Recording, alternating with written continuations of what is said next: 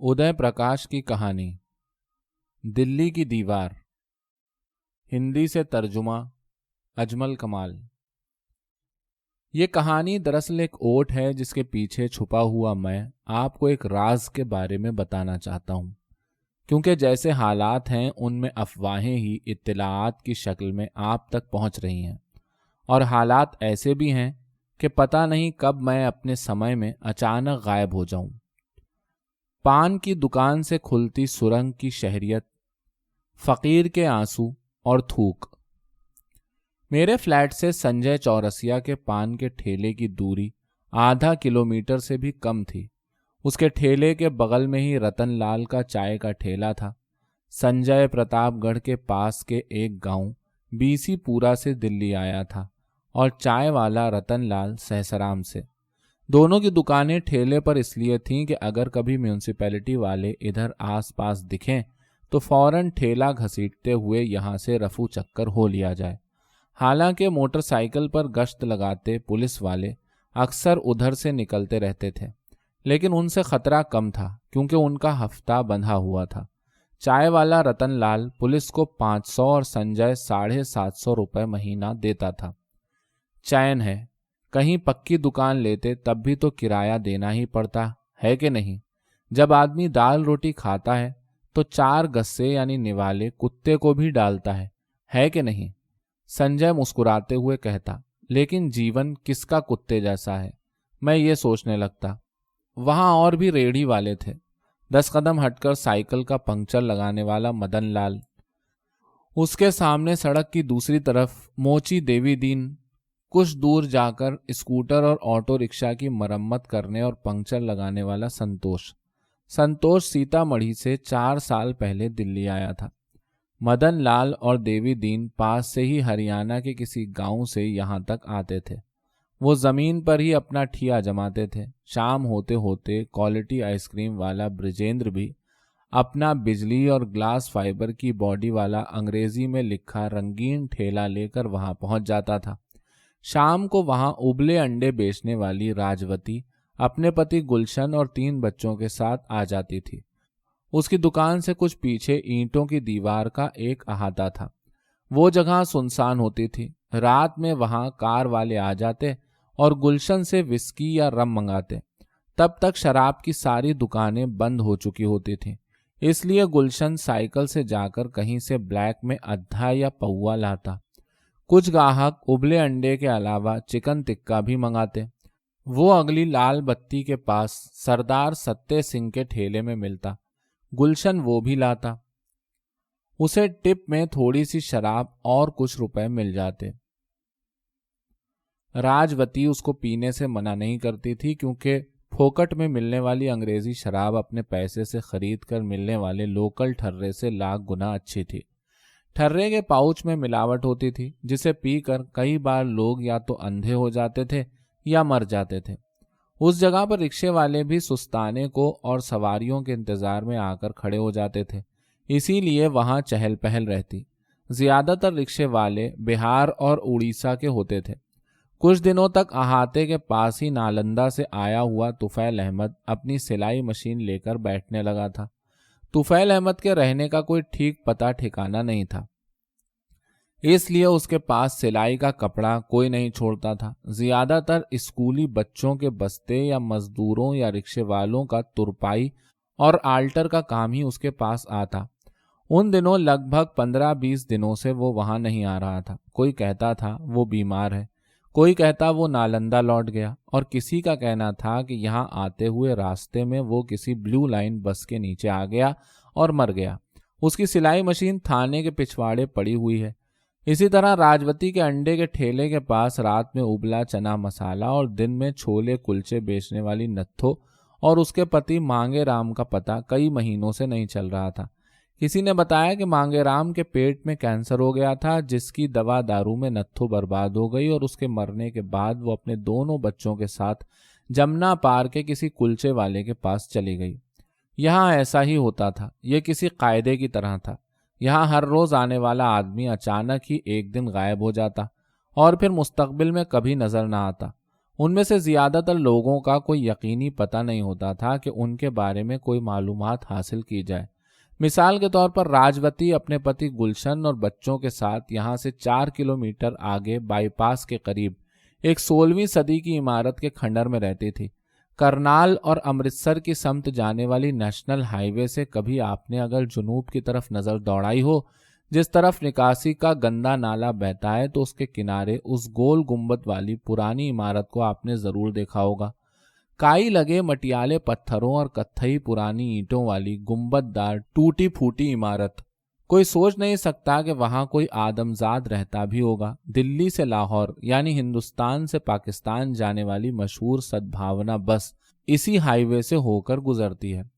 اس کھنڈر میں اور لوگ بھی رہتے تھے، لیکن زیادہ تر کنبے والے ہی تھے، صرف 2 لوگوں کو چھوڑ کر۔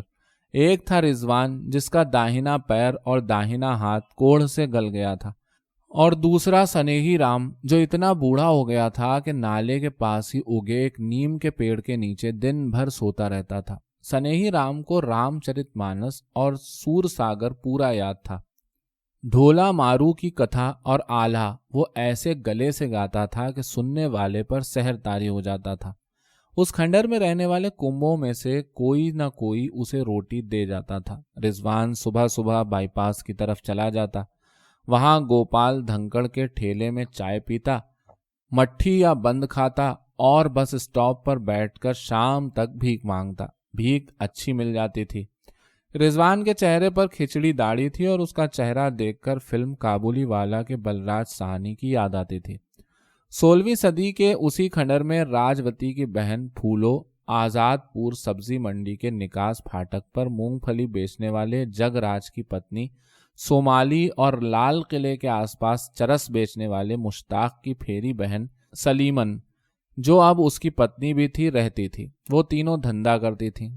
سومالی تو کھنڈر میں ہی رہ کر وہاں اکثر آ جانے والے اسکیمیے، تلک، بھوسن اور آزاد کے لائے ہوئے گاہکوں کو نمٹاتی تھی، لیکن سلیمن اور پھولو شام کو رکشہ لے کر سڑک پر گاہکوں کی کھوج میں بھی گھومتی تھیں۔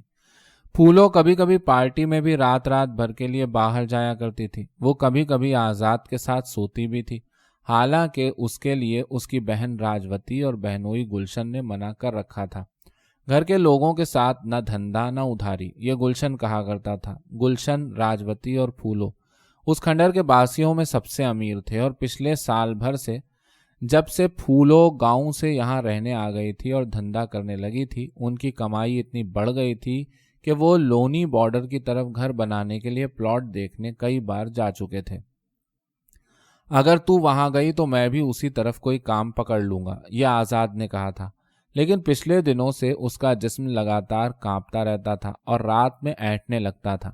گلشن نے کہا تھا، اب یہ زیادہ دن نہیں چلے گا، سارے اسکیمیوں کی یہی گت ہوتی ہے۔ آزاد کا چہرہ کسی بچے کی طرح معصوم تھا، اس کا رنگ گورا تھا۔ تلک کہتا تھا کہ آزاد فتح پور کے کسی زمیندار گھر کا لڑکا ہے، ماں باپ مر گئے تو بھائی اور بھابھی نے ساری زمین جائیداد پر قبضہ کر لیا۔ بھائی کے سالے نے سازش کے تحت اسے اسمیک کی لت لگا دی، پھر اس کی ایسی حالت کر دی کہ اسے اپنے گھر سے بھاگنا پڑا۔ کہتے ہیں آزاد پہلے کتابیں بہت پڑھتا تھا۔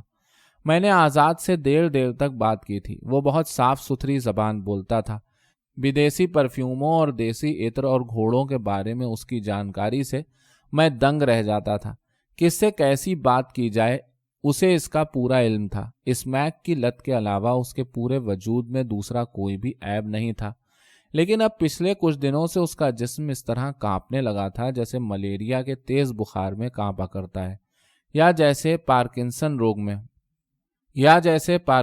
روگ میں۔ میں اندر اندر اچھی طرح جانتا تھا کہ ایک دن جب میں اس کھنڈر کی طرف پہنچوں گا تو پھولو، تلک یا سلیمن میں سے کوئی کہے گا، پتا ہے ونائک، 4 دن سے آزاد نہیں دکھ رہا۔ 4 روز پہلے سویرے سویرے گیا تھا، پھر آج تک لوٹا ہی نہیں۔ تم کو تو نہیں دکھا کہیں؟ یہی ہوتا ہے ان سب کے ساتھ۔ آزاد اب کبھی نہیں لوٹے گا، لیکن میں ونائک دتاتریہ، میں بھی کتنا محفوظ ہوں۔ حالات ہی ایسے ہو گئے ہیں کہ میں ایک ڈراؤنی بے روزگاری میں گھرا ہوا گھنٹوں اسی پنواڑی کے ٹھیلے کے پاس بیٹھا رہتا ہوں، نکما، بے چین اور بدحواس۔ तो मैं दरअसल अब उसी जीवन का हिस्सा था। घर लौटने पर बेटे और बीवी की आंखों की ताप का सामना करने की हिम्मत मेरे अंदर नहीं बची थी।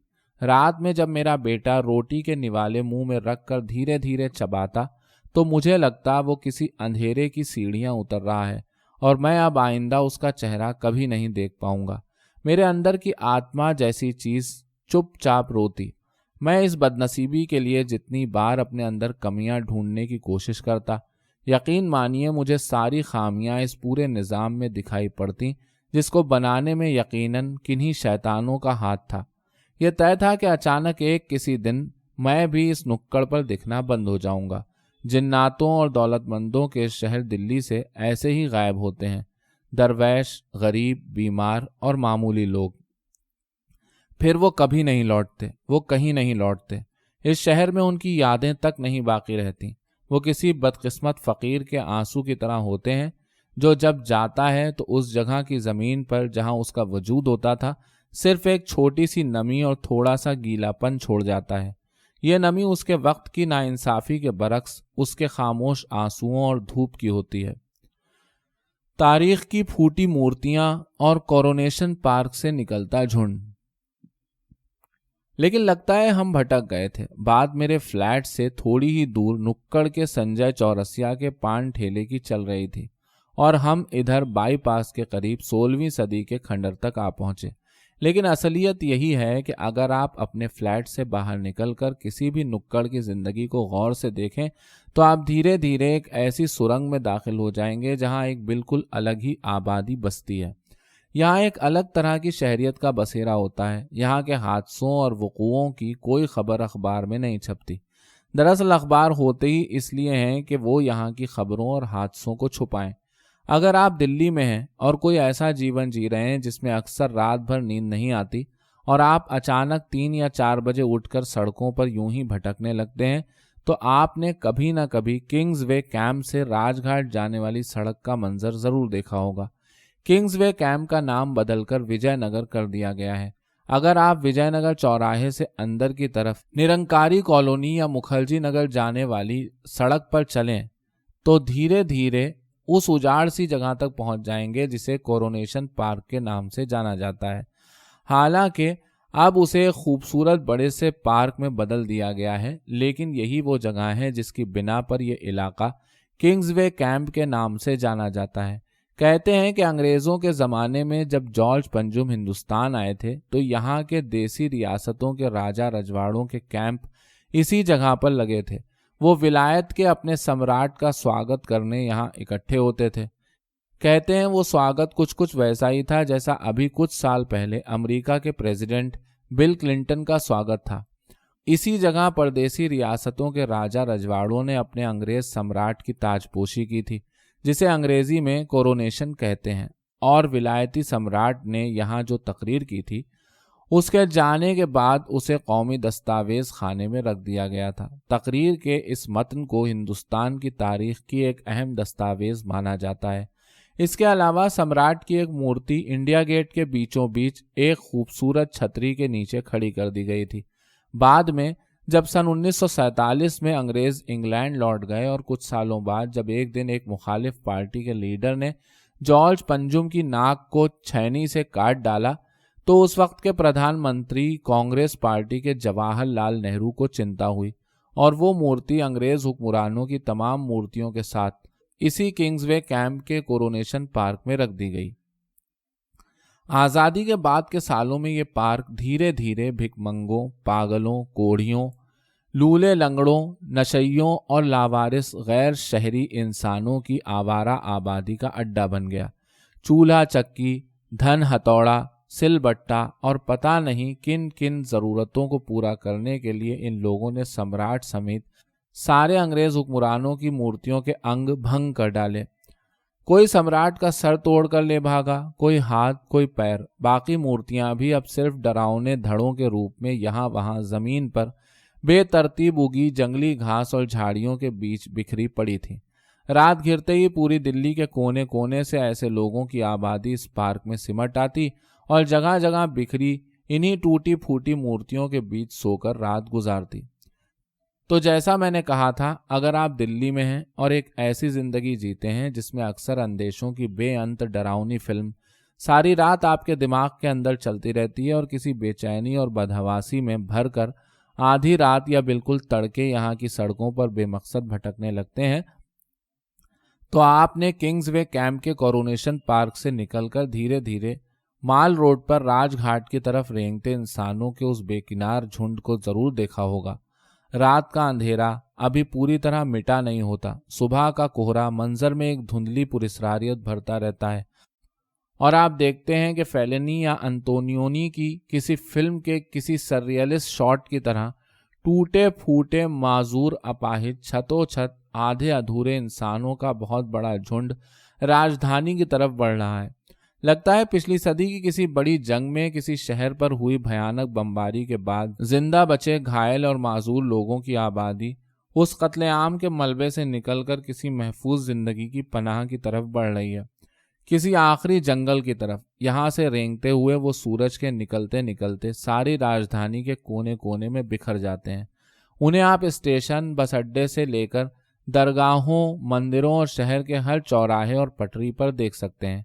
यह आबादी झुग्गियों में रहने वाली आबादी से बिल्कुल अलग है और इसकी तादाद आज़ादी के बाद लगातार बढ़ती गई है। संजय चौरसिया के पान वाले ठेले के पास के नुक्कड़ पर कभी कभार रंगीन कागज के फूल और हवा में घूमने वाली फिरंगियां बेचने वाली कानी और सफेद कोड़ से भरे चित्तीदार चेहरे वाली रूपना मंडल भी किंग्सवे कैंप के इसी कोरोनेशन पार्क में आती है। उसके साथ साथ कभी कभी आने वाला बिना बाजुओं वाला 7-8 साल का बच्चा सोहना भी इसी नाजायज आबादी का हिस्सा है। तो देखा ना आपने कि कैसे संजय चौरसिया के पान ठेले वाले नुक्कड़ से जो सुरंग शुरू होती है वो बाईपास के खंडर से होती हुई किंग्सवे कैंप तक और फिर वहां से पूरी राजधानी के कोने कोने तक फैल जाती है। अगर आप इस सुरंग में दाखिल हो जाएं और चुपचाप चलते चले जाएं तो आप पाएंगे कि ये सुरंग जमीन के अंदर अंदर पूरे मुल्क और समुंदर के अंदर अंदर से गुजरती हुई सारी दुनिया तक फैलती जाती है।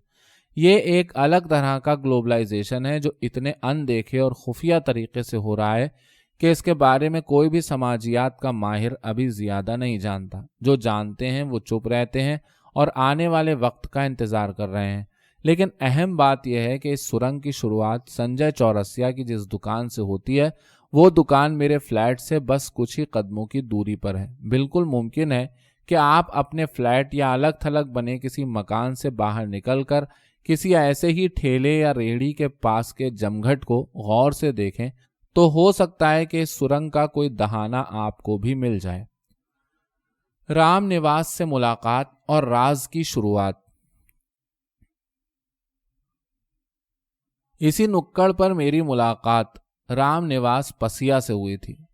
वो इलाहाबाद की हंडिया तहसील के एक गांव शाहीपुर से 20 साल पहले अपने पिता बबुल्ला पसिया के साथ दिल्ली आया था। बबुल्ला पहले रोहतक रोड के एक ढाबे में बर्तन मांजने का काम करता था। फिर आगे चलकर उसने तंदूरी रोटी बनाने और दाल सब्जी में तड़का लगाने का काम सीख लिया। 5 साल पहले जुनूब मगरिबी दिल्ली के समयपुर बादली गांव की झुग्गी बस्ती में उसने भी अपनी एक झुग्गी डाल ली थी और इस तरह उसका परिवार दिल्ली का निवासी बन गया था। हालांकि वो बस्ती जहां उसकी झुग्गी थी नाजायज बस्ती थी और कभी भी उस पर म्यूनिसिपैलिटी का बुलडोजर चल सकता था, लेकिन पिछले साल इंतखाबात के बाद राशन कार्ड बन जाने के बाद ये उम्मीद बन गई थी कि अब उन्हें यहाँ से हटाया नहीं जाएगा। रामनिवास पसिया की उम्र मुश्किल से 27-28 साल की थी। उस इलाके के काउंसलर रामलाल शर्मा की सिफारिश से उसे नई दिल्ली म्यूनिसिपैलिटी में मकामी सफाई कारकुन का काम मिल गया था। उसकी ड्यूटी जनूबी दिल्ली के साकेत इलाके में लगी थी। सुबह 8 बजे वो झोले में प्लास्टिक की टिफिन और अंदर रोटियां रखकर डीटीसी की बस से धौला कुआं के लिए निकल जाता और फिर वहां से दूसरी बस लेकर साकेत पहुंचता। दफ्तर में हाजिरी लगाने के बाद वो झाड़ू और सफाई का दूसरा सामान लेकर उस इलाके में पहुंच जाता जहां उसकी ड्यूटी होती। दोपहर भूख लगती तो किसी कुलचे वाले से 2 रुपए के छोले लेकर घर से लाई रोटी के साथ भर पेट खा लेता। रोटियां उसकी पत्नी बबिया बनाती थी।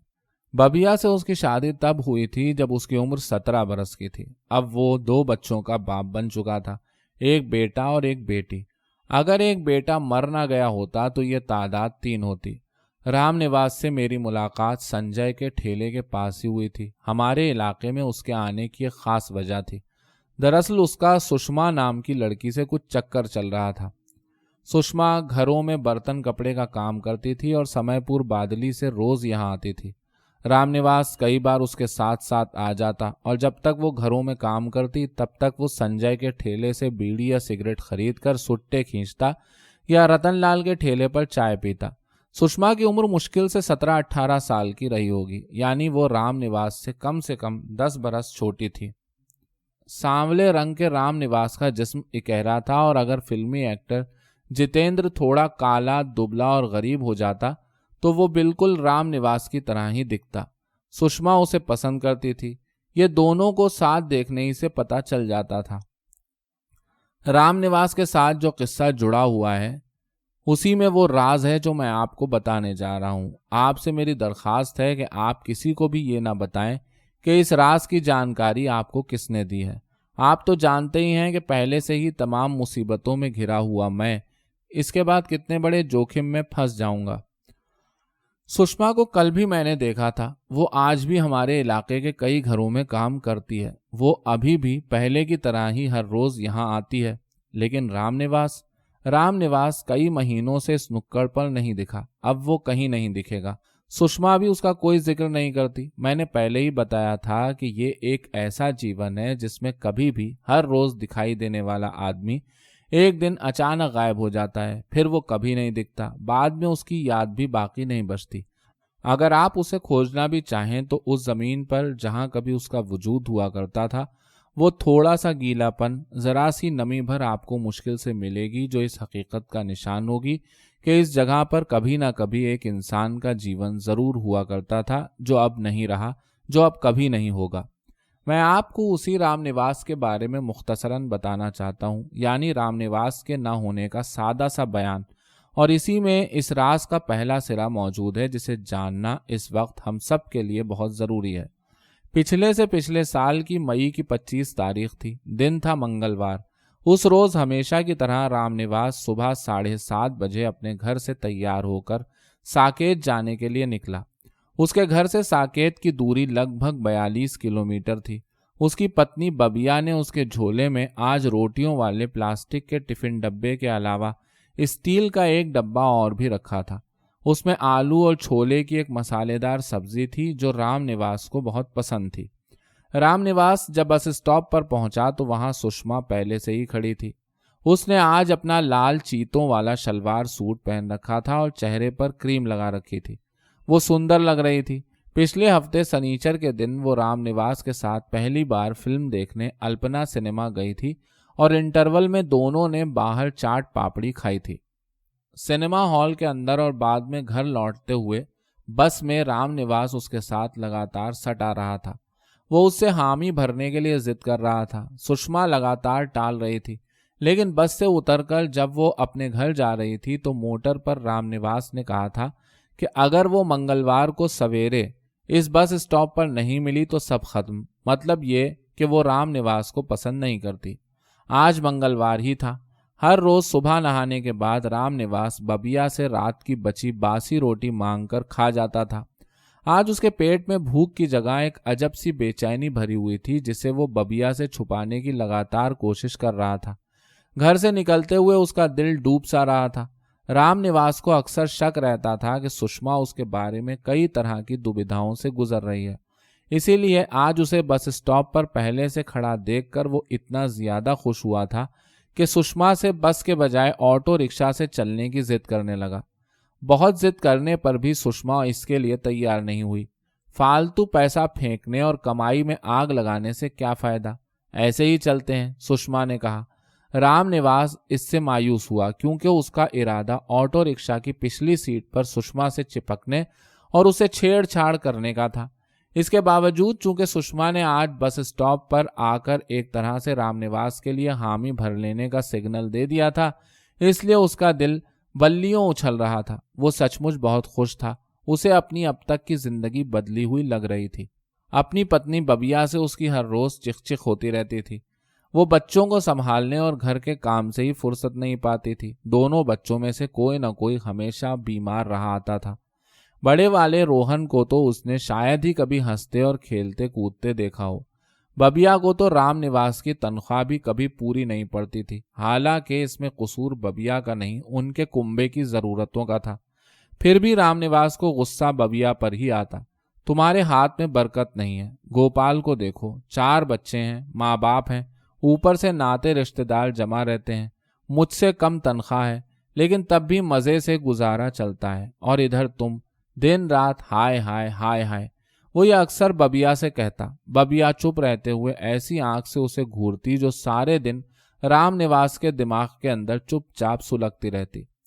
उसी आंख के कारण वो एक एक पैसा अपने दांतों में दबाता। भूख लगती तो पेट मसोस लेता, चाय की तलब होती तो किसी के पास तरह तरह से जुगाड़ जमाता। डीटीसी में अक्सर बिना टिकट सफर करता।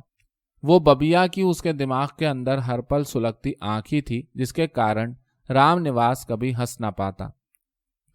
उस मंगलवार को रामनिवास ने सुषमा से कहा कि आज वो ड्यूटी से जल्दी लौट आएगा, इसलिए वो आज 2 बजे तक संजय के ठेले के पास उसका इंतजार कर ले। दोनों साथ साथ वापस लौटेंगे। सुषमा ने पहले तो कहा कि वहां पर इंतजार करना उसे अच्छा नहीं लगता, क्योंकि स्कूटर मैकेनिक संतोष उसके साथ ऐसी वैसी बात करता है और संजय भी मस्खरी करता है, मगर बाद में वो इसके लिए तैयार हो गई। लेकिन आज पहली बार सुषमा ने रामनिवास से धीरे से ये कहा कि वो साकेत से लौटते हुए अनुपम सिनेमा के पास से मिर्ची पकौड़ी जरूर ले आए। रामनिवास कई बार उससे वहां की मिर्ची पकौड़ी का जिक्र कर चुका था। सुषमा ने जब आज उससे ऐसा कहा तो रामनिवास को उसकी आवाज में उस पर हक जमाने जैसा अपनापन लगा जो उसको अच्छा लगा। उसने हाँ हाँ देखूंगा देखूंगा कहकर बड़ी मुश्किल से इस अच्छा लगने को सुषमा से छुपाया। झाड़ू की मूठ, कोठी का जिम सेंटर और गुरु को घूरता मंगल। रामनिवास उस दिन काफी खुश था और फिल्म कुछ कुछ होता है का गाना गा रहा था। उसने दफ्तर में अपनी हाजिरी लगाने के बाद चोपड़ा साहब से कहा कि आज वो जल्दी घर चला जाएगा क्योंकि बीवी की तबीयत खराब है और उसे अस्पताल ले जाना है। चोपड़ा साहब उस दिन आसानी से मान गए थे, जबकि वो हमेशा इसमें चिक चिक करते थे और छुट्टी की एप्लीकेशन देने की जिद करते थे। आज का दिन बहुत किस्मत वाला है, रामनिवास ने मन में सोचा।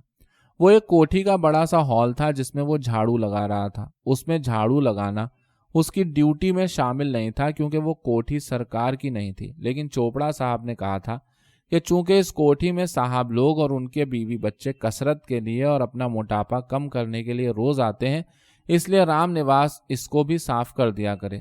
दरअसल ये एक जिम सेंटर था। इसमें पेट घटाने, चर्बी छांटने, कमर पतली और मोटापा दूर करने वाली तरह तरह की मशीनें रखी थीं। साकेत में रहने वाले बड़े बड़े लोग और उनके खानदान वाले उसमें सुबह शाम आ जाते और घंटों चहल पहल रहती। इसी कोठी की पहली मंजिल पर एक ब्यूटी पार्लर और एक मसाज सेंटर भी खुल गया था। अधेड़ और अध बूढ़े रईस मसाज सेंटर में आकर अपनी मालिश कराते और कभी कभी उनमें से कुछ लड़कियों को अपनी कार में बाहर भी ले जाते। उसने कई पुलिस अफसरों और नेता लोगों को भी यहाँ आते देखा था। सुनीला नाम की लड़की बाहर जाने का 5,000 लेती थी। ये सामने की नुक्कड़ के चाय वाले गोविंद ने बताया था। पता नहीं साले साहब लोग यहाँ क्या क्या करते हैं। रात भर पार्टी चलती है। आसपास की कोठियों की कई लड़कियां और लड़के उसमें रात में आते हैं। गोविंद ने बताया था कि इस जिम सेंटर से उसकी आमदनी बढ़ गई थी क्योंकि रात में अक्सर पेप्सी और सोडा की मांग वहां से होती।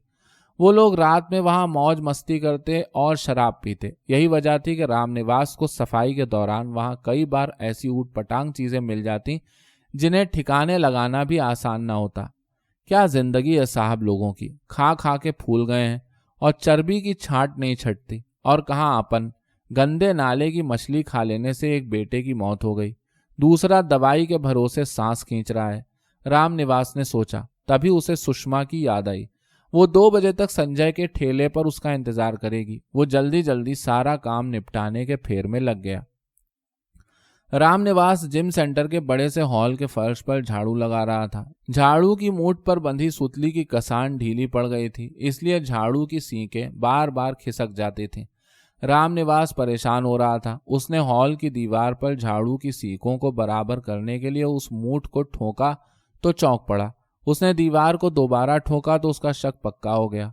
अजब बात थी, ठोकने पर दीवार से खटखट की नहीं, धप-धप की आवाज आ रही थी। इसका मतलब था कि दीवार वहां पर खोखली थी। उसके अंदर पोल था, बस ऊपर से पलस्तर चढ़ा दिया गया था।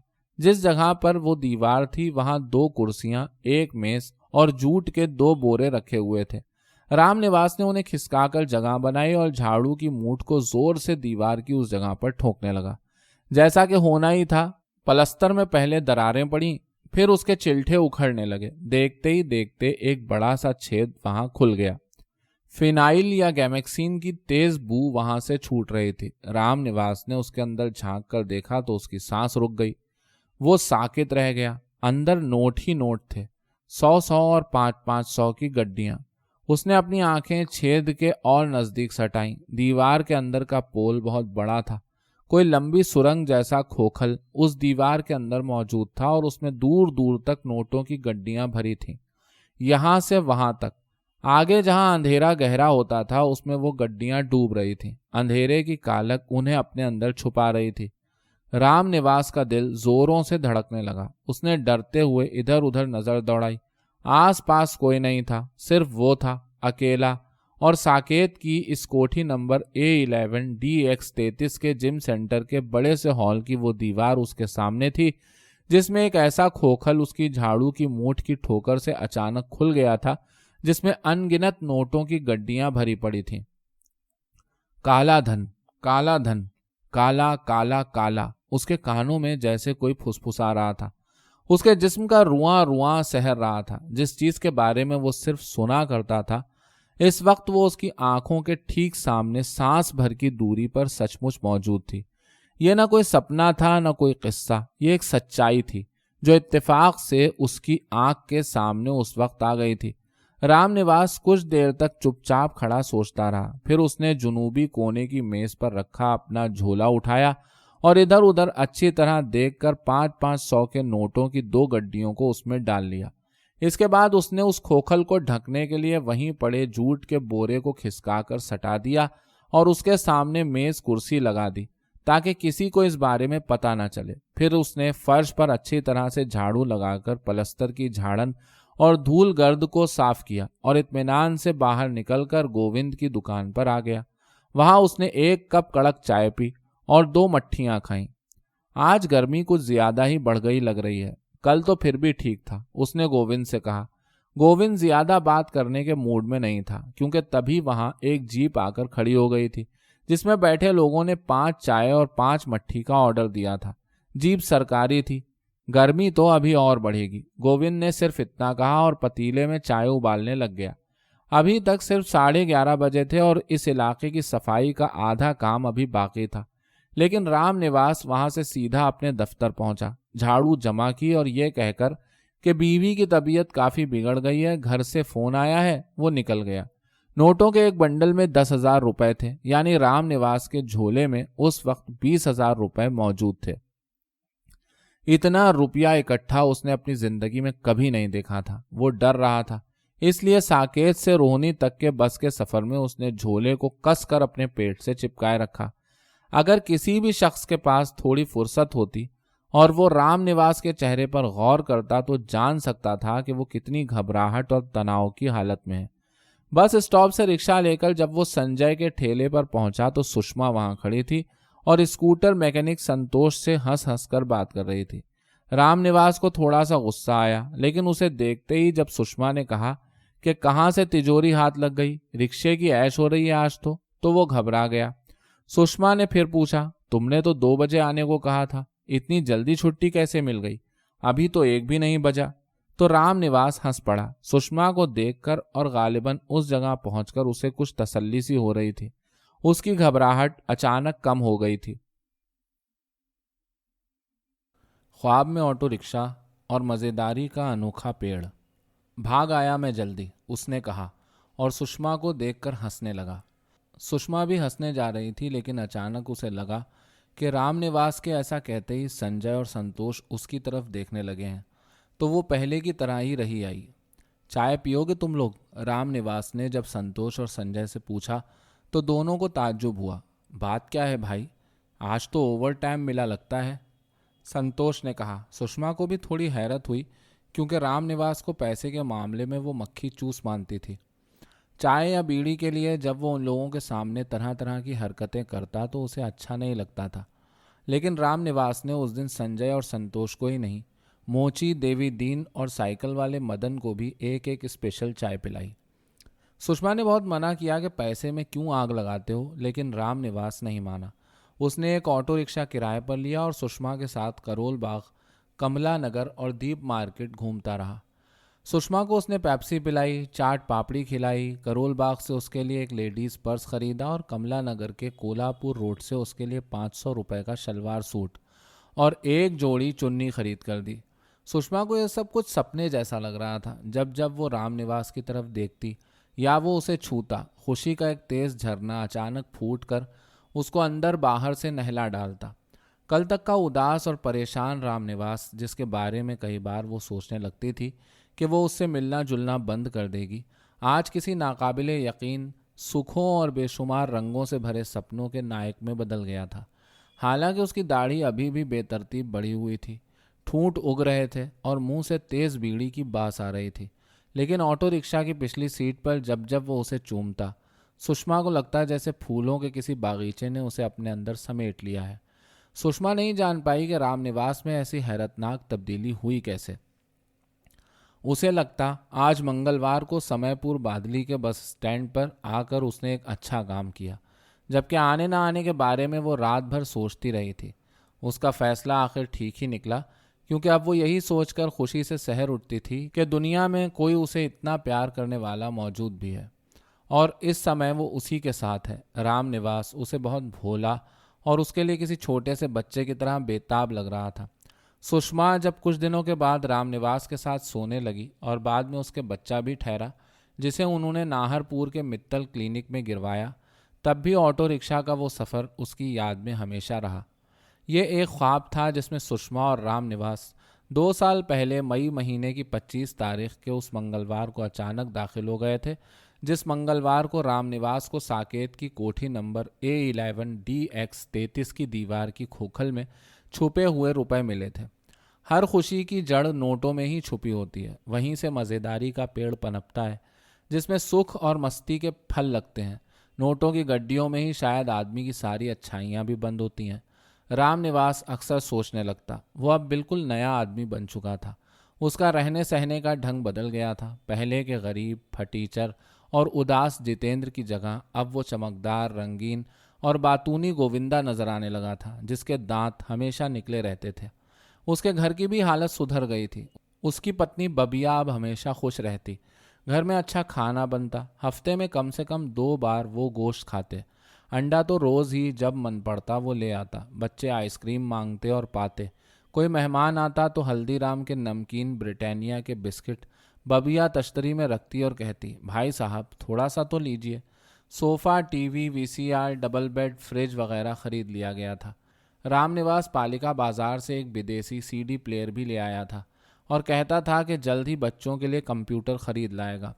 वो बताता था कि लोग कहते हैं आज के ज़माने में कंप्यूटर सीखे बिना कोई तरक्की नहीं कर सकता। अपने बच्चों रोहन और उर्मिला के लिए वो कंप्यूटर कोर्स के बारे में पता लगाता रहता। वो प्लान बनाता कि दोनों को अमेरिका भेजेगा, जहां वो किसी कंपनी में काम करेंगे और हर महीने कई लाख की तनख्वाह पाएंगे। रामनिवास के नाते रिश्तेदार जो कभी उसके पास फटकते नहीं थे, वो अब अक्सर बाल बच्चों समेत उसके यहाँ आ जाते। उनको पहले के घुन्ने और फटीचर रामनिवास में अब संसार के सारे गुण दिखाई देते, जिनका बखान वो, बबिया और ख़ुद उसके सामने अक्सर करते। ज़ात बिरादरी में रामनिवास की पूछ बढ़ गई थी। शादी ब्याह के मामले में उसकी सलाह ली जाती थी। उसके पास चिट्ठियाँ और शादी ब्याह के दावतनामे आते। वो कहीं जाता, कहीं ना जाता। जहाँ जाता उसकी खूब आवभगत होती। सब अपने हैं भाई, मैंने सबको माफ़ किया, वो अक्सर कहता और लोगों की मदद करता। मुहावरे में तरमीम करके कहें तो ये कि अब रामनिवास के दिन फिर गए थे। लेकिन रामनिवास इधर रोज़ पीने लग गया था। सुषमा के साथ उसका मिलना जुलना रोज़ का काम हो गया था। बबिया उनके ताल्लुकात के बारे में जान गई थी, लेकिन चुप थी। वो रामनिवास के स्वभाव को अच्छी तरह से जानती थी। उसे पता था कि चाहे कुछ भी हो वो उसको और अपने बच्चों को छोड़कर कहीं नहीं जाएगा। इसीलिए वो बेफिक्र थी।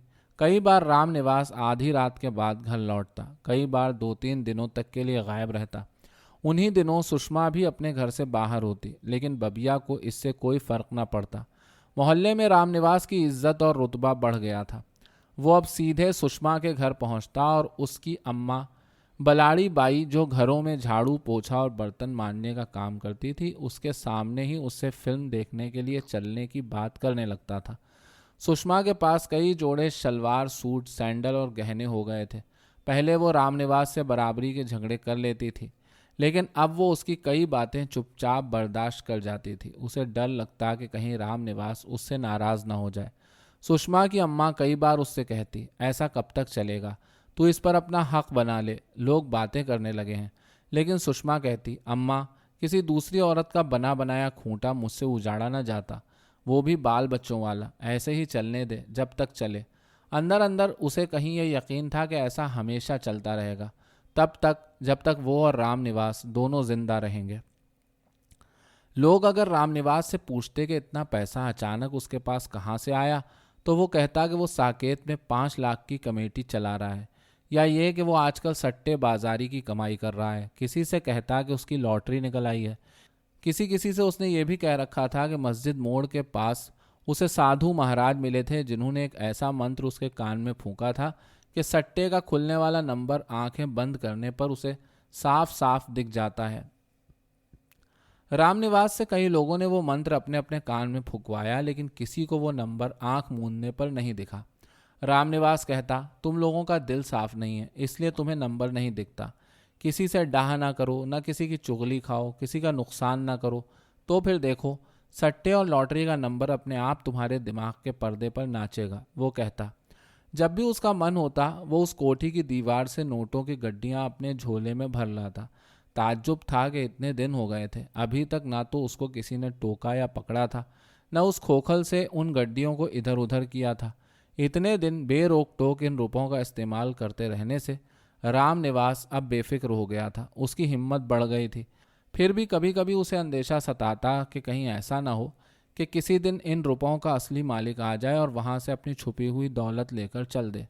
इसीलिए उसने समझदारी और दूरअंदेशी के साथ 2 काम किए। एक तो उसने लोनी बॉर्डर में 500 गज का एक प्लॉट अपनी पत्नी बबिया पसिया के नाम खरीदा, और दूसरे उसने 3 लाख रुपए की फिक्स डिपॉजिट 3-4 बैंकों में अलग अलग नाम से जमा कर दी।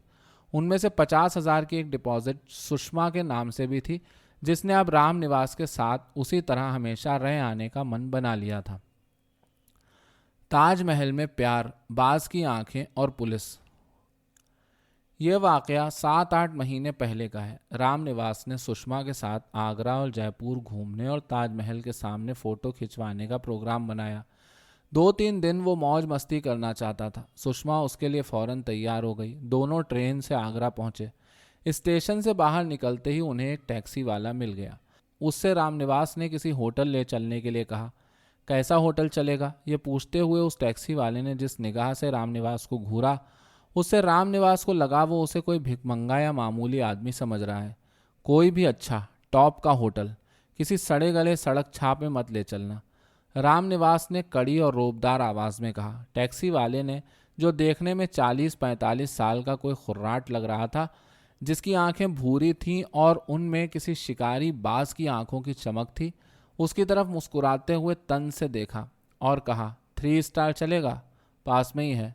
उसने सोचा होगा कि 3 स्टार का नाम सुनते ही रामनिवास की गर्मी उतर जाएगी, लेकिन जब रामनिवास ने उससे ठंडी आवाज में कहा कि ले चल मेरे भाई, जिधर भी तेरा दिल करे, 3 स्टार, 5 स्टार या 6 स्टार, लेकिन जल्दी कर, मेरे को अभी तुरंत नहाना है गर्म पानी में, और उसके बाद बटर चिकन सूटना है, डबल प्लेट।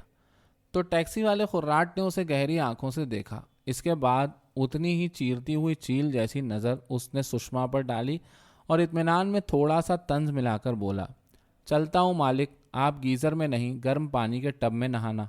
हम आपको ऐसे होटल में पहुँचाएंगे कि बटर चिकन ही नहीं, जो आप मंगाओगे सब मिलेगा। उसकी इस बात पर हंसकर रामनिवास ने कहा, अब आ गए ना लाइन में, अब चल, जल्दी जल्दी गड्डी हाँक। रास्ते में टैक्सी वाले ने फिर पूछा, आना कहाँ से हुआ साहब जी? दिल्ली वासी है अपन। तुम हमें यूपी का समझ रहे थे क्या, या एमपीसीपी का? رام نواس نے تڑی ماری اور فاتح کی طرح سشما کی طرف دیکھ کر مسکرایا۔ آگرہ تو ہم آتے ہی رہتے ہیں آفس کی گاڑی سے، مہینے 15 دن میں۔ رام نواس ڈرا کہ اگر اب کہیں خراٹ نے اس کی پوسٹ کے بارے میں پوچھا تو وہ کیا بتائے گا۔ چترتھ شرینی، سوچھتا کرمی، جھاڑو لگانے والا مہتر، صفائی کرمچاری، لیکن خراٹ نے آگے کچھ نہیں پوچھا۔ ہوٹل جب آ گیا اور رام نواس ٹیکسی کی ڈگی سے سامان نکلوا رہا تھا تو ٹیکسی والے نے کہا، آپ پہلے جا کر پتہ تو کر لو کہ روم خالی ہے کہ نہیں تو پھر اگلا ہوٹل دیکھیں گے۔ رام نواس سشما کو ٹیکسی ہی میں چھوڑ کر اندر گیا۔ کاؤنٹر پر جب کمرے کا ریٹ پوچھا تو اس کا من ایک بار تو ہوا کہ کوئی دوسرا سستا سا ہوٹل دیکھ لے، لیکن پھر اس نے ارادہ بدل دیا اور 1500 روز کے کرائے والا اے سی ڈبل بیڈ بک کرا لیا۔ کاؤنٹر پر بیٹھے آدمی نے اسے روم دیکھنے کے لیے اوپر بھیج دیا اور ہوٹل کے ایک لڑکے کو ٹیکسی سے سامان لانے روانہ کر دیا۔ سامان کے ساتھ سشما جب آئی تو وہ تھوڑی گھبرائی ہوئی لگ رہی تھی۔ کیسی جگہ تم لے آئے؟ ہر چیز کانچ جیسی کچ کچ چمکتی ہے، لگتا ہے کسی چیز کو چھوا تو وہ گندی ہو جائے گی۔ یہ سامان لے کر آنے والا لڑکا بھی میرے کو صحیح نہیں لگ رہا تھا، سشما نے دھیرے سے اس سے کہا۔ ہوٹل کا لڑکا جب سامان رکھ کر اور پانی کا جگ اٹھا کر چلا گیا تو رام نواس نے سشما سے کہا، مست رہے اور فکر نہ کر، جب تک ٹینٹ میں مال ہے تب تک ڈرنے کی کیا بات ہے۔ اس کے بعد اس نے پیار سے کہا، آجا ایک پچی دے دے اور تھیلے سے بوتل نکال۔ رات کے 10:30 بجے ہوں گے جب کسی نے گھنٹی بجائی۔ اس کے پہلے دن میں رام نواس سشما کے ساتھ تاج محل دیکھ آیا تھا، وہاں الگ الگ پوز میں اس کے ساتھ فوٹو کھنچوائے تھے اور راستے میں انٹ شنٹ خریداری بھی کی تھی۔ سشما کے لیے اور چیزوں کے علاوہ اس نے فیروز آبادی چوڑیوں کے سیٹ بھی لیے تھے جس سے وہ بہت خوش تھی۔ اتنی رات میں کون آ مرا، رام نواس سوچ رہا تھا۔ اس نے روم کا دروازہ کھولا تو 2 پولیس والے وہاں کھڑے تھے، ان میں سے ایک انسپکٹر تھا، دوسرا سپاہی۔ لڑکی ہے ساتھ میں؟ انسپکٹر نے ڈانٹتی ہوئی آواز میں رام نواس سے پوچھا۔ ہاں، رام نواس نے کہا۔ انسپکٹر اور سپاہی روم کے اندر آ گئے۔ انسپکٹر کی وردی پر چھاتی کی پاکٹ کے ٹھیک اوپر وی این بھاردواج کی پٹی لگی تھی۔ وہ جس بے شرمی سے سشما کو گھور رہا تھا اس سے رام نواس کو غصہ تو بہت آ رہا تھا، لیکن اس کے اندر ڈر بھی تھا۔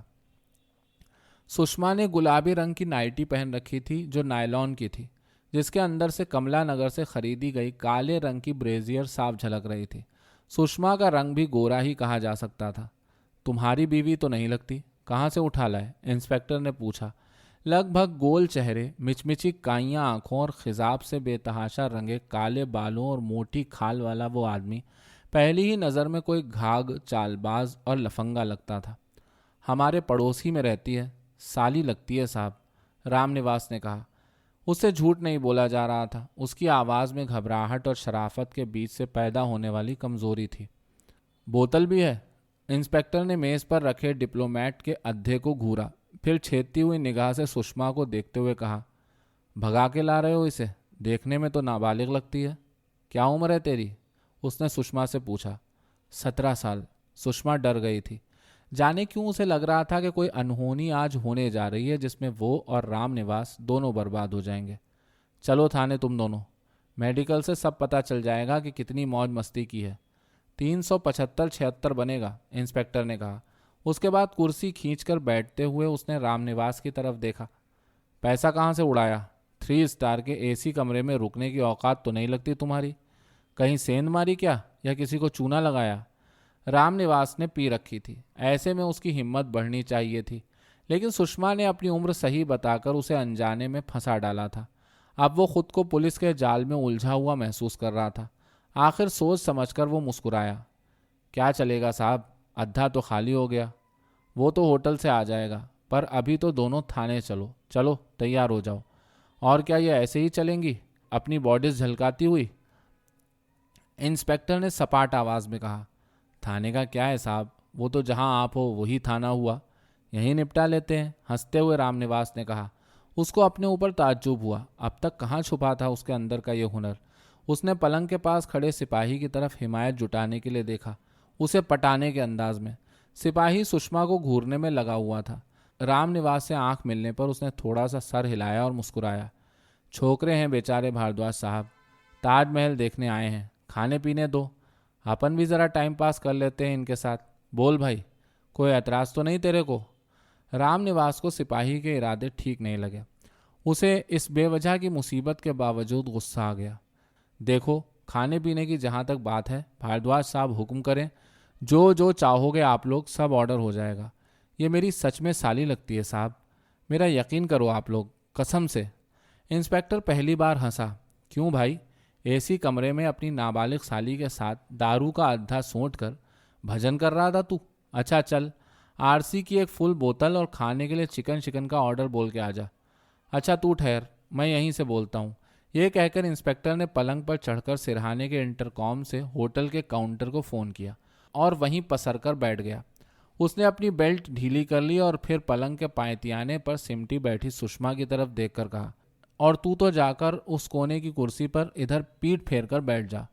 دماغ مت خراب کر، دارو چڑھ گئی تو کنٹرول ہٹ جائے گا، پھر دونوں ہمارے نام کو روگے۔ ویسے ہی آگرہ میں فرنگی ٹورسٹوں کو دیکھ دیکھ کر دل ڈولتا رہتا ہے سالا۔ سپاہی اس بات پر ہنسا زوروں سے۔ 1.5 گھنٹے میں پوری بوتل خالی ہو گئی۔ رام نواس ادھا تو پہلے ہی چڑھا چکا تھا، 3 پیک پولیس والوں کے ساتھ اور پی گیا۔ اسے ہوش نہیں تھا کہ وہ نشے میں کیا کیا بولتا رہا۔ انسپکٹر بھاردواج اور وہ سپاہی لگ بھگ 12 بجے رات تک اس کے کمرے سے گئے۔ 500 روپے پر بات ٹوٹی۔ بعد میں سپاہی نے بھی 100 روپے الگ سے جھٹکے۔ پولیس والوں کے جاتے جاتے رام نواس تھک چکا تھا اور نشہ اس کے دماغ کو اندر سے کسی چکری کی طرح گھما رہا تھا۔ اسے چکر آنے لگا۔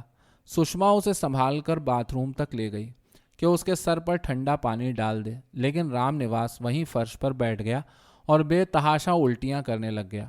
اس کے گلے سے سارا بٹر چکن، نان اور پلاؤ نکل رہا تھا۔ الٹی کرنے کے بعد جب اس نے سشما کو اپنے پاس کھینچا تو اس کی آنکھوں کو کچھ دکھائی نہیں دے رہا تھا۔ وہ سیدھا بستر پر اوندھے منہ گرا اور اس کی ناک اور گلے سے جلد ہی ایسی آوازیں نکلنے لگیں جیسے کسی میلوں کے سفر سے تھکے ہوئے گھوڑے کو دمے کی سینک آ رہی ہو۔ سویرے سشما نے جب اسے بتایا کہ وہ رات میں نشے میں پولیس والوں کو ساکیت کی کسی کوٹھی کی دیوار کی کھوکھل میں چھپے نوٹوں کے بارے میں بتا رہا تھا تو رام نواس کے ہوش اڑ گئے۔ کتنی ہوشیاری اور سمجھداری سے اس نے یہ راز اب تک چھپائے رکھا تھا، یہاں تک کہ سشما اور اپنی بیوی تک کو اس نے اس کی بھنک نہیں لگنے دی تھی۔ آخر کر دیا نا دارو نے سارا گڑ گوبر۔ اس نے سشما سے طبیعت بگڑنے اور دلی میں ایک ضروری کام کا بہانہ بنایا اور جے پور گھومنے کا پروگرام کینسل کر اگلی ہی گاڑی سے دلی لوٹنے کا فیصلہ کیا۔ بدھ جینتی پارک، بنا نمبر کی اسٹیم اور آخری بیڑی۔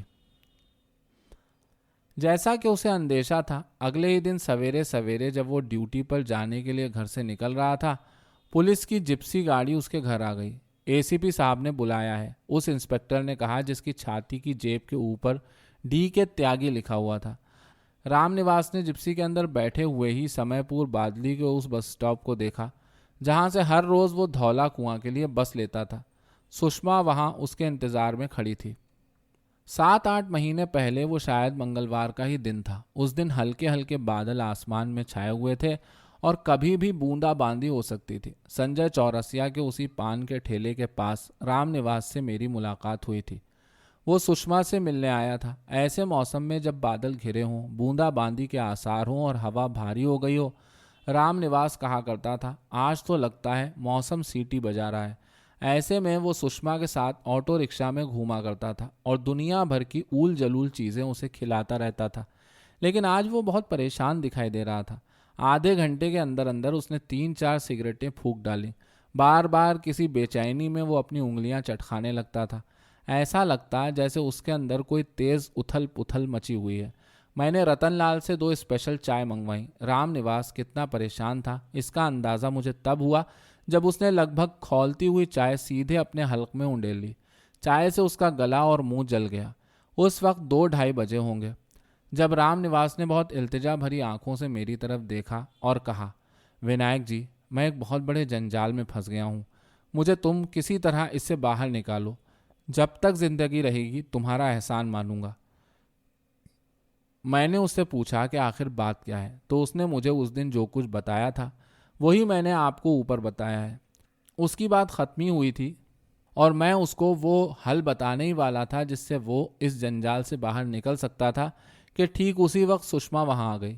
ابھی میں چلتا ہوں، کل سویرے تم سے اسی جگہ ملوں گا، رام نواس نے مجھ سے کہا، اور وہ دونوں ایک ہی رکشے پر بیٹھ کر چلے گئے۔ दोनों की जाती हुई पीठ रिक्शे पर जब तक दिखाई देती रही, मैं देखता रहा। राम निवास से मेरी वो आखिरी मुलाकात थी। वो फिर इस नुक्कड़ पर कभी नहीं लौटा। अब वो कभी नहीं लौटेगा। उसके बारे में आप यहाँ किसी से भी पूछेंगे तो कोई कुछ नहीं बताएगा। न पान के ठेले वाला संजय चौरसिया, न चाय वाला रतनलाल, न मोची देवी दीन, न स्कूटर मैकेनिक संतोष और न साइकिल में पंक्चर लगाने वाला मदन। आप अगर इस नुक्कड़ से चलकर बाईपास के उस 16वीं सदी के खंडर तक भी पहुंचे तो वहां सलीमन, सोमाली, भूषण, तिलक या रिजवान से रामनिवास के बारे में पूछें तो कोई कुछ नहीं बताएगा। रंगीन कागज की फिरंगियां बेचने वाली कानी और सफ़ेद चित्तीदार चेहरे वाली रूपना मंडल या अपने पति गुलशन के साथ रोज शाम को उबले अंडे बेचने वाली राजवती भी आपके सवाल को टाल जाएगी।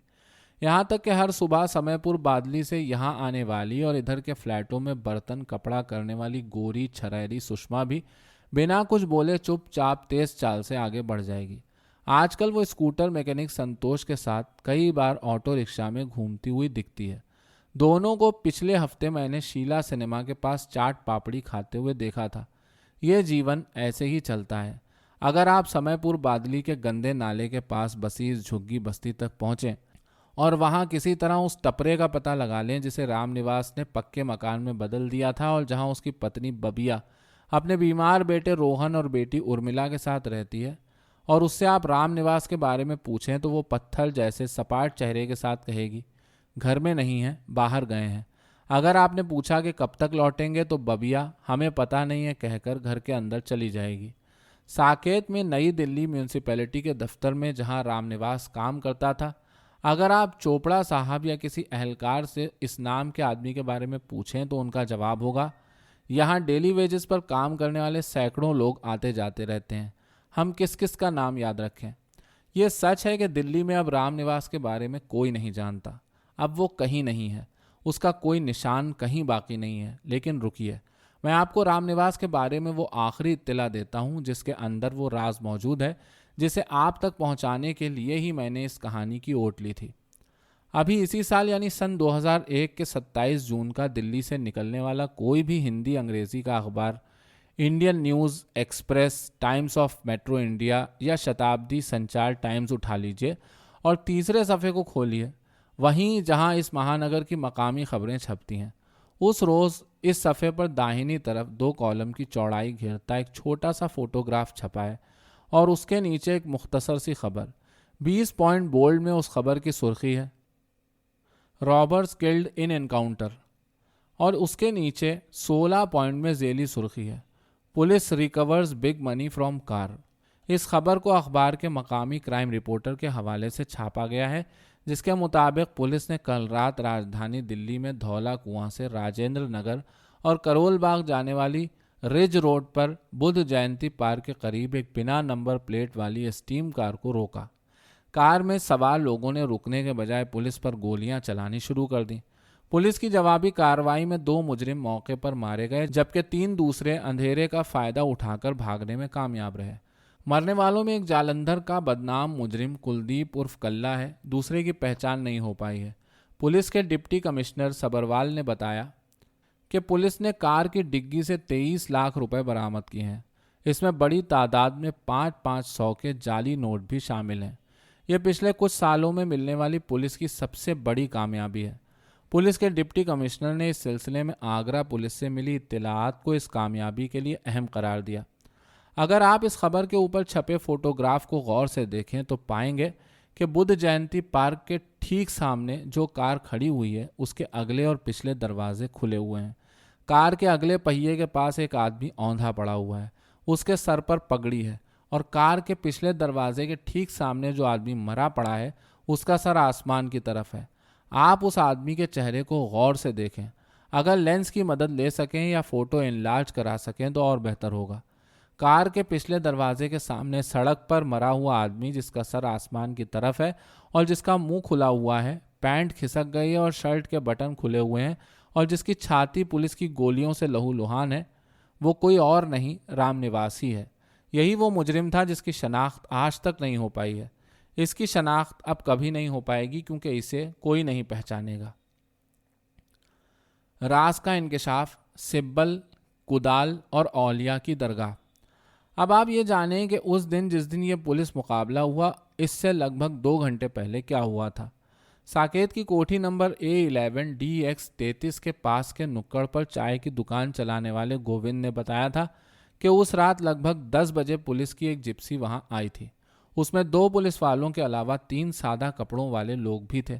انہوں نے جم سینٹر سے لڑکے لڑکیوں کو نکال دیا تھا اور لوٹ گئے تھے۔ اس کے 1 گھنٹے بعد جب وہ اپنی دکان بند کر رہا تھا تبھی ایک اسٹیم یہاں آ کر رکی۔ اس پر کوئی نمبر پلیٹ نہیں تھی۔ اس میں سے منجھولے قد کے ایک سردار جی اترے تھے اور پچھلی سیٹ سے ان کے پیچھے پیچھے اترا تھا رام نواس۔ وہ لوگ اس کوٹھی کے اندر چلے گئے تھے اور لگ بھگ 1.5 گھنٹے تک وہاں تھے۔ وہ دونوں اندر سے کوئی چیز بار بار ڈھو کر کار کی ڈگی اور پچھلی سیٹ کی جگہ میں بھر رہے تھے۔ سامنے ایک موڑ پر جہاں Khanna international travels and couriers کی دکان ہے اس کے سامنے ایک لال بتی والی ایمبیسڈر اسی وقت آ کر کھڑی ہو گئی تھی اور اسٹیم کے جاتے ہی اس کے پیچھے پیچھے چلی گئی تھی۔ گووند نے بتایا تھا کہ بنا نمبر پلیٹ کی کاہی رنگ کی اسٹیم جب اس کوٹھی سے لوٹ رہی تھی تو اس وقت وہ دکان بند کر کے گھر جانے کی تیاری کر رہا تھا۔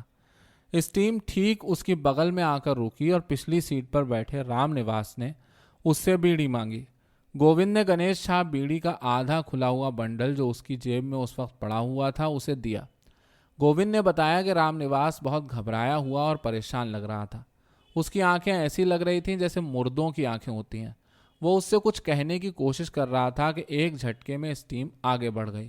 اسے وہ سردار چلا رہا تھا۔ دھولا کنواں کے چوراہے سے اگر آپ رنگ روڈ یعنی مہاتما گاندھی مارگ کی طرف نہ مڑیں اور اس کی اگلی سڑک پر بائیں گھوم جائیں تو وہی رج روڈ ہے۔ اسی پر بدھ جینتی پارک کے سامنے وہ واقعہ ہوا جس کی تصویر اور خبر اخبار میں چھپی ہے۔ رام نواس نے ساکیت کی کوٹھی نمبر A11 DX33 کے جم سینٹر والے ہال کی دیوار کے کھوکھل کے بارے میں جو جانکاری دی تھی اس کے مطابق اس کھوکھل کا سائز کافی بڑا ہونا چاہیے۔ میرا اندازہ ہے کہ گری سے گری حالت میں اس کی لمبائی لگ بھگ 12 فٹ اور اونچائی 4-4.5 فٹ ہونی چاہیے۔ رام نواس نے بتایا تھا کہ وہ جگہ 500 اور 100 کے نوٹوں کی گڈیوں سے ٹھسا ٹھس بھری ہوئی تھی۔ اس لحاظ سے میرا اندازہ ہے کہ اس میں کم سے کم 10-15 کروڑ روپے ہوں گے۔ یہ انہی دنوں کی بات ہے جب پچھلی سرکار کے ایک مرکزی وزیر کے گھر اور دوسرے ٹھکانوں پر نئی سرکار نے CBI کے چھاپے ڈلوائے تھے۔ اس وزیر پر ہائی ٹیک آلات کی خریداری اور ٹھیکے کے سلسلے میں کسی غیر ملکی کمپنی سے کئی 100 کروڑ روپے لینے کا الزام لگا تھا۔ اسے کچھ دنوں کے لیے جیل بھی جانا پڑا تھا۔ بعد میں وہ وزیر اسی نئی سرکار میں شامل ہو گیا تھا جو اس کے خلاف جانچ کر رہی تھی۔ ظاہر ہے وہ سارا روپیہ جسے کسی آسمانی ستارے کے کسی خاص جگہ ہونے یا اپنی قسمت یا محض اتفاق کے باعث رام نواس نے اپنی جھاڑو کی مونچھ کی سینک ڈھیلی ہو جانے کی وجہ سے وہاں کی دیوار کو ٹھوکتے ہوئے اس کھوکھل کو کھود نکالنے پر اچانک ہی اس دن دیکھ ڈالا تھا، وہ سارا روپیہ CBI کے چھاپوں اور انکم ٹیکس سے بچنے کے لیے وہاں چھپایا گیا تھا۔ یعنی وہ ساری دولت ایسی تھی جس کا کوئی اندراج کہیں نہیں ہوتا۔ ان اکاؤنٹڈ منی، اسی کو کالا دھن کہتے ہیں۔ سنجے چورسیا کے پان والے ٹھیلے کے داہنی طرف سائیکل کا پنکچر جوڑنے والے مدن کے نزدیک ہی پچھلے کچھ دنوں سے پٹری پر دری بچھا کر بیٹھنے والے جوتشی پنڈت دین دیال اپادھیائے سے میں نے رازدارانہ طریقے سے اس بابت بات چیت کی۔ ان کا کہنا تھا کہ اگر گرو تیسرے گھر میں ہوں اور منگل کو نہار رہے ہوں اور چھٹے گھر میں منگل شکر کو باری باری نہار رہا ہو اور اگر مہینے کا کرشن پکش چل رہا ہو اور اتفاق سے تتھی چترتھی یا نومی ہو تو کبیر کی خاص کرپا ہوتی ہے اور بے شمار دھن یا گڑی ہوئی تجوری ملنے کا قوی امکان ہوتا ہے۔ پنڈت دین دیال اپادھیائے نے جو بلیا سے آئے ہوئے ہیں اور ناہر پور کے نالے کے پاس ایک ٹپرے میں کرائے پر رہتے ہیں، مجھے میری قسمت کے بارے میں بتا رکھا ہے کہ ابھی میرے ستارے ناموافق ہیں۔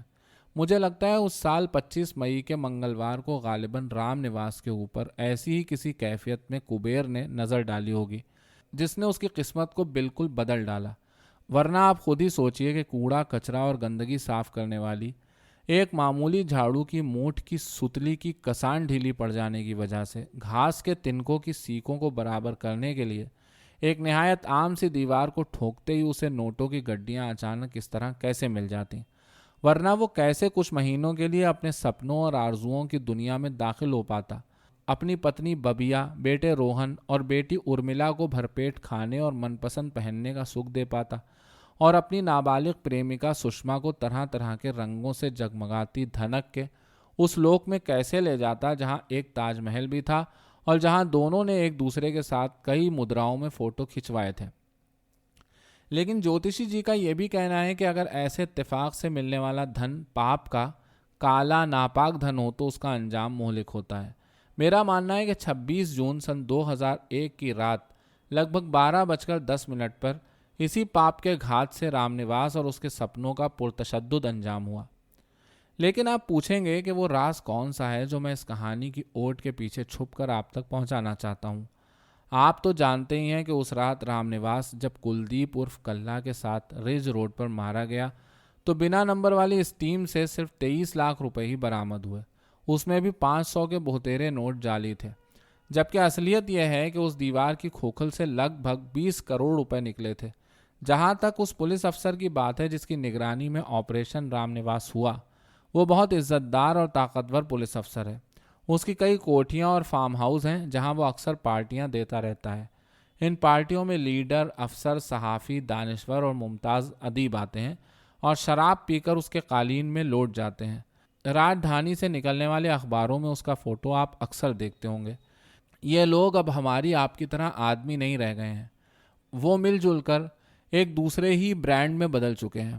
اگر آپ نظمیں، کہانیاں پڑھتے ہوں تو آپ نے محسوس کیا ہوگا کہ آج کل ان کے اندر سے شراب کی بے تحاشا بو آ رہی ہے اور ان کے جملوں کے نیچے مرغوں، بکروں اور بے قصور انسانوں کی ہڈیوں کا ڈھیر دکھائی دے رہا ہے۔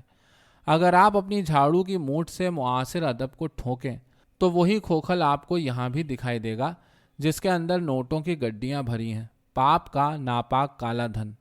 میں لگ بھگ چوتھائی صدی سے اپنے دیش کی راجدھانی دلی میں ہوں اور ڈرا ہوا ہوں۔